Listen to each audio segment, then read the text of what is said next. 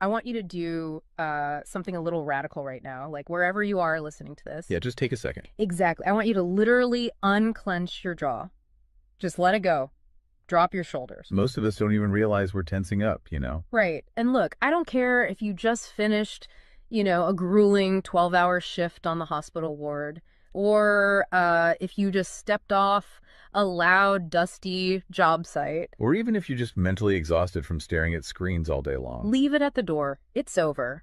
You are officially entering quiet mode. So just take a deep breath. That's the baseline we need for this. It really is. And now I want you to look at the phone sitting next to you, or maybe the smartwatch on your wrist. Every single time that screen lights up, every time it buzzes, it steals exactly 23 minutes of your life. Welcome to the deep dive. It really is a staggering number to confront when you put it like that. 23 minutes Yeah. from one buzz. Yeah, because we tend to measure interruptions in like the seconds it takes to glance at a screen, right? Whoa! We completely ignore the massive cognitive debt we incur the moment we look away from our deep work. And that cognitive debt, that is exactly the central target of our mission today. Okay, let's unpack this. We are exploring The Sovereign Architect's Guide by Chillstar '08. Specifically, episode 6, which is titled Deep Work Dynamo, How to Finish Your Week in 4 Hours. Right. And if you remember in our last deep dive, we talked about installing the drawing those boundaries and reclaiming your personal space. But clearing the space is just step 1. It actually reveals a much deeper, much more intimidating problem. Yeah, the void. What are we actually supposed to be building in that silence we just fought for? Because if we don't have a blueprint, the noise of the world is just going to rush right back in to fill it. Oh, for sure. We have this natural horror of a vacuum. The second our schedule opens up even slightly, our instinct is to pack it with activity. We just have to be doing something constantly. Exactly. We are culturally conditioned to equate motion with progress. Yeah. But Chillstar '08 introduces a really brilliant distinction here. She talks about the trap of idling. I love this concept so much. Think about a car engine, right? Mm-hmm. The engine is running, the pistons are firing, it's burning through all this expensive fuel, making a ton of noise and vibration. But the car is in park. Yes, it isn't going anywhere, and that is what most of our daily quote-unquote busyness looks like. We feel incredibly productive because we are in constant motion. Right. You check a text message while you're sitting at a stoplight. Or you answer a quick email while walking from your car to the front door. You stare at a spreadsheet on your laptop while, your family dinner is sitting right in front of you, literally getting cold. And that right there is the illusion of productivity. You end your day feeling physically and mentally depleted because you were constantly doing something. So you didn't actually do anything that matters. Exactly. If you step back and evaluate your legacy, the deep, meaningful work, the art, the business strategy, the relationships. Right, the relationships that actually move your life forward. None of it progressed. You spent 8 hours idling. You were everywhere, which means you were truly nowhere. Man, that hits hard. And this brings us back to that terrifying 23-minute statistic from the research she cites. I don't want to just gloss over this. No, we definitely shouldn't. Because understanding the mechanism behind it is crucial. Why does a 5-second distraction cost us almost half an hour? It basically comes down to how our prefrontal cortex manages working memory. Your brain is not a computer processor that can just run multiple applications in parallel. Right. We can't actually multitask. Exactly. When you are doing deep work, say writing a complex proposal, your brain loads this massive fragile web of context into your working memory. Like holding all the pieces of a puzzle in your hands at once. Yes. You are holding multiple variables, ideas, tones all at once. So when your phone buzzes and you glance at a text from your partner asking about groceries, your brain is forced to execute a context switch. So it has to dump all the proposal data just to load the grocery data. It literally flushes the working memory buffer, yeah. It has to process the new rules and the emotions associated with that text message. Wow. And then when you turn back to the proposal, you cannot just pick up where you left off. Your brain has to laboriously rebuild that entire web of context from scratch. Oh, I hate that feeling. Were you just staring at the screen like, what was I even saying? Right. It has to retrieve the thread of your argument. Remember the tone you were using, recall the variables. That rebuilding process takes an average of 23 minutes of cognitive effort, And it burns a ton of energy doing that, right? massive amounts of glucose. That explains so much. I mean, that is why people hit 5 p.m.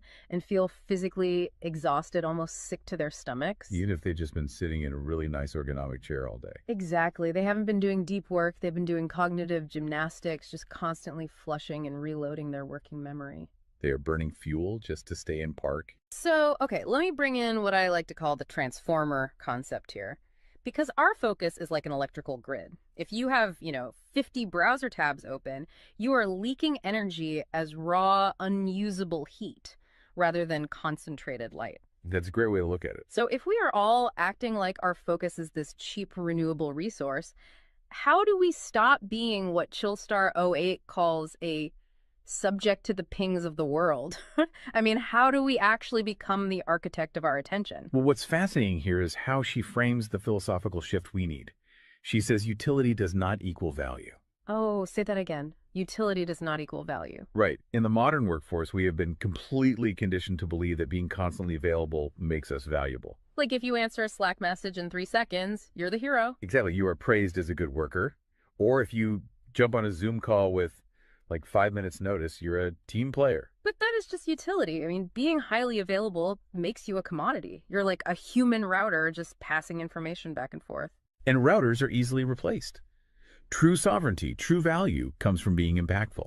You simply cannot make a deep, lasting impact if your attention is constantly fractured by the agendas of other people. Yeah, when you operate like that human router, you are spending your finite, precious Mondays executing someone else's script. You're a subject to the pings of the world. Okay, so we know the biology of why this destroys our focus, and we understand the philosophical trap of, trying to be too available. But how do we actually fix the mechanics of our workday? We have to build the deep work dynamo. Right. So think of your attention like water pressure. If you poke 50 tiny holes in a garden hose, open browser tabs, email notifications, group chats. The water just trickles at the end. Exactly. You cannot wash a car with a trickle. You're just making the driveway wet. That's true. So the Dynamo Audit she lays out, it's about putting a high-pressure nozzle on that hose. It narrows the opening to create a stream powerful enough to actually blast through the dirt. And the first step in that audit is auditing the physical environment itself. She calls it analyzing your signal-to-noise ratio. Okay, so visualize your workspace right now. She asks you to determine if it is a sanctuary or a transit hub. Let's be honest. Most of us are operating in transit hubs. A transit hub is a place of constant arrival and departure. People walking by, announcements over the loudspeaker, just a blur of motion. Yeah, and you can't build a legacy in a train station. But we need to push past the basic phones are distracting advice, right? Because our listeners already know that. Oh, absolutely. Chillstar '08's rule is much more brutal than that. She says if the phone is even sitting on your desk, even face down, it is acting as a parasite on your cognitive grid. A parasite, just by being in the room. The research supports this entirely, by the way. The mere presence of a smartphone in your visual field, even if it is completely powered off, measurably reduces your cognitive capacity. Because your brain is having to actively expend energy to ignore it, right? Exactly. It is running a background process that just keeps saying, don't check the phone, don't check the phone. That is energy being actively stolen from your primary task. So sovereignty literally begins the moment you physically remove the device from the room, put it in a drawer down the hall. Close the door. Make the physical environment quiet. But okay, let's say you've done that. That doesn't stop your own brain from creating internal noise, right? Like trying to juggle 5 projects at once. How do we fix the internal wiring? That brings us to the second pillar of the audit, which is the batch wiring rule. This directly addresses the danger of switching fatigue, which we touched on with that 23-minute penalty. Right, the cognitive glucose burn. Yeah. When we attempt to multitask, like writing a creative brief, then pausing to check inventory levels, then answering 3 customer service emails. And then trying to go back to the brief. Right. We are grinding our mental gears to dust. We are switching between entirely different cognitive states. Because creative writing uses a completely different part of the brain than calculating inventory, obviously. They require entirely different operating frequencies. So the batch wiring rule dictates that you must group similar tasks together based on their cognitive load. Okay. And you do not switch the current until that specific type of work is completely done. You do all your deep analytical thinking in one high-voltage And burst. then you save all your reactive administrative stuff for a separate lower voltage block later in the day. Precisely. It's all about staying in one gear. Like if you are driving up a really steep hill, you don't constantly shift between first gear and fifth gear. You lock into the gear that provides the right torque and you just ride it out. That's a perfect analogy. But okay, here's where it gets really interesting. This leads to the third pillar of the audit, and this is where I actually need to seriously push back on the source material a bit. She calls this the zero access window. Ah, yes. This is usually where the resistance starts for people. Because it sounds impossible for a normal person. She says you cannot just plan to be focused, right? You have to legally schedule it. You have to lock in one sovereign hour. Yeah, 1 hour where you are legally dead to the outside world. No boss, no family, no, hey, do you have a second for a quick question? Just you and the blueprint. It's extreme, yes. But let's do a reality check here. I mean, I see how that works for a solo digital entrepreneur or a freelance writer, but what about someone whose literal job description is to be available? Right, like an IT support specialist. Or a floor manager, or a nurse on a ward, or even, a parent at home with a toddler. How do they justify just vanishing? It feels like this advice only applies to a very specific, privileged type of worker. That is the most common and, frankly, the most valid hurdle to this entire system.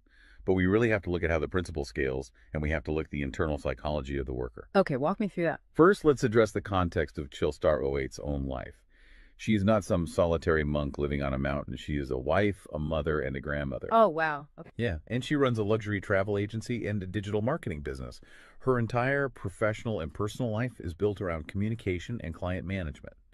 She probably receives hundreds of legitimate demands on her attention every single day. So she is really in the thick of it. She isn't just speaking from some ivory tower. Far from it. She implements the zero access window because of those demands, not in spite of them. Now, for the IT manager or the nurse, obviously, you cannot vanish while on active duty if your role is acute response. Right. You can't ignore a burning server or a patient monitor. Exactly. But the principle applies to the deep work surrounding the active duty, the scheduling, the charting, the strategic planning. Even in highly reactive jobs, there is legacy work that gets pushed to the margins. That makes sense. And the challenge isn't just logistical, it is deeply psychological. It's the internal guilt, isn't it? Yes, exactly. People feel like bad employees or bad parents or bad partners when they set a hard boundary. Yeah. We tie our entire self-worth to our responsiveness. We think, if I am not instantly available, I am failing them. Man, that is so true. We feel guilty for taking an hour to ourselves. But setting a zero access window is not about neglecting your family or your team. It is about condensing your high-level work into massive, high-impact bursts of energy so that you can actually be present later. Wow. Okay. Consider the alternative. If you don't carve out that absolute focus, you end up giving your family or your team partial fractured attention for 12 hours straight. Exactly. You are physically at the dinner table, but mentally you are drafting an email. Or you are sitting on the floor playing with your kid, but you're checking a Slack notification over their shoulder. You are trading constant low-quality availability for scheduled high-quality presence. It is entirely about communicating boundaries to protect the quality of the time you do give people. You tell your team, look, I am going offline for 60 minutes to finish this crucial report. If the servers literally catch fire, call this specific emergency number. Otherwise, I will address all questions at 11:00 a.m. Right. You aren't vanishing to hide. You are vanishing to get the work done efficiently so you can actually live your life. Which brings us to the ultimate why behind this entire system. Because once you fight through that guilt, once you build this 4-hour fortress, you have to know what it is all for. It's not just about becoming a hyper-efficient robot. No, because if you use these tools just to do more of your boss's busy work or to take on 3 more stressful projects, you have entirely missed the point. You are just speeding up the treadmill. If we connect this to the bigger picture, the destination we are driving toward is a concept she calls passive magnetism. Okay, break down passive magnetism for us, because it sounds a bit abstract. Think of it as the gravity your work generates when it is undeniably good. Most people operate with active desperation. They're loudly networking, constantly posting, aggressively chasing clients or promotions. Just relying on sheer volume to get noticed. Right. Passive magnetism is the exact opposite. It is the ability to attract results, clients, wealth, legacy, or respect through the undeniable quality of your deep work. Because you actually took the time to build something substantial rather than just talking about building it. Yes, when you engage the deep work dynamo, you produce work so concentrated and so valuable that it acts as a magnet. You don't have to chase the market comes to you. And the ultimate prize of achieving that passive magnetism isn't just more work. The prize is time. Time is the ultimate currency. The dream of the sovereign architect is to finish an entire week's worth of business output in just 4 hours. You do this high voltage work often while the rest of the world is literally still hitting the snooze button. You free up the remaining hours so you can go be a traveler, so you can be a creative. So you can be a fully engaged grandparent like Chillstar 08. Exactly. She frames it beautifully in the source text. She says, we wire for silent so we can live in volume. Oh, I love that. We embrace the discipline of the quiet fortress so that our actual lives can be loud, vibrant, and fully experienced. We are finally taking control of the dial. But, making that shift from a frantic, reactive employee to a calm, sovereign creator requires a massive shift in identity. You have to tune your mind before you sit down to do the work. It is really difficult to just sit down at a desk and instantly command your brain to perform deep work, right? Especially if you've spent the last hour navigating traffic and listening to the news. You need a transition ritual to cross that threshold. And Chillstar 08 provides something for this transition called the Chillstar's Creed. It is designed to be a grounding frequency. It really centers you. Yeah, so I want you, the listener, to use this. I want you to imagine a slow, steady heartbeat in the background. Just a deep, resonant 528 hertz frequency. Just let the frequency of these words settle into your mind before you initiate your deep work. Ready? Take it in. I am grounded in peace. I am reaching for my stars.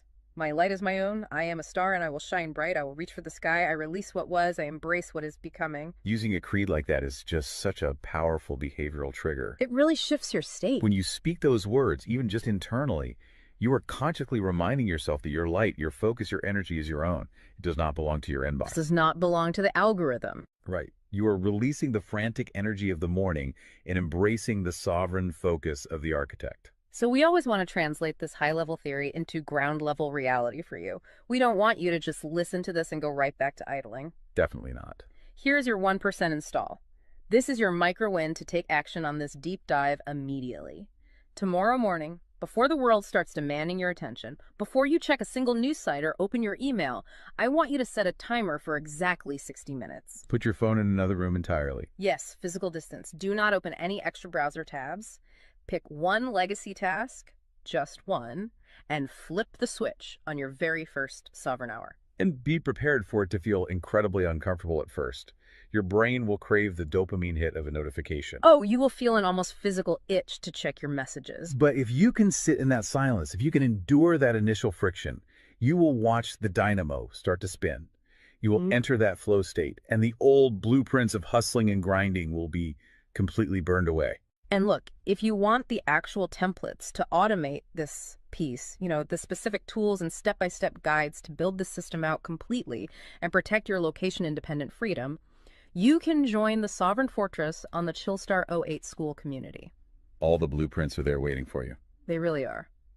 As we wrap up this deep dive, I want to leave you with one final thought to explore on your own. We have spent this entire session talking about the mechanics of work.